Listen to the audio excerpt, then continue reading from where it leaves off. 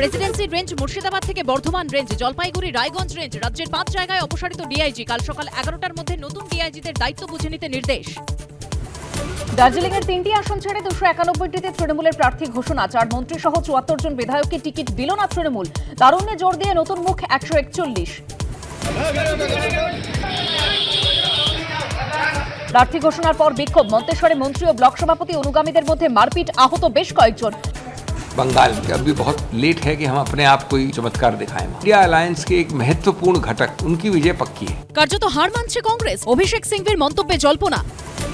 কলকাতার বিভিন্ন প্রান্তে সতর্ক স্ট্যাটিক সার্ভেলেন্স টিম, মুকুন্দপুরে গাড়ি থামিয়ে তল্লাশি। গাড়িতে দেখা হয় যে টাকা পয়সা, আর্মস বা লিকার টিকার দেখা হয়।